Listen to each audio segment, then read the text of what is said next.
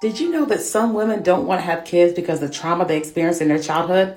A couple years ago, I was headed to sleep and I heard God ask me, "Do you even want kids?" And I was like, "Who's asking me this, God or the devil?" So I just went to sleep that night. I was like, "Okay, I'll deal with it in the morning." So the next morning, I was just talking to God and He said, "So do you really want kids?" And I was like, "I don't know." So we just kind of went on this journey of like uncovering what are my thoughts and feelings about kids. Like I wrote down all the pluses and minuses to having kids. Kids are a blessing. Otherwise I wouldn't be here. This was me doing some introspection about me versus just saying I want to have kids because I can, because I have all the, ingredients in my body to have a kid. And what we uncovered was that I felt like I had to have kids because I have a uterus and all the things. But then also what we uncovered was that I actually had a lot of trauma around my childhood. That's a whole other thing we could talk about another day, but my childhood was very traumatic. And so once we were going through that in therapy, I started thinking about all the negative feelings I have around kids when I hear them and all this type of stuff. And even wanted to like serve in children's church, I was just like, oh no, I don't want to do that. Or I had this huge heart issue with like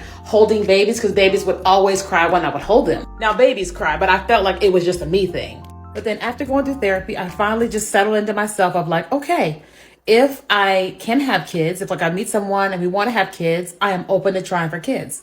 If he has kids, I'm open to that as well. But then I also said, I think I'm also open to adopting a kid. But I came to that because first, God asked me that question if I wanted to have kids. First of all, I had a relationship with God. But then second, I chose to explore it. And instead of like acting like I didn't hear that, I chose to explore it. And then I chose to bring it to a therapist. And we really, really went into it and we dealt with all the things. Because like when you start dealing with your traumas, it's a lot. I mean, it's a lot.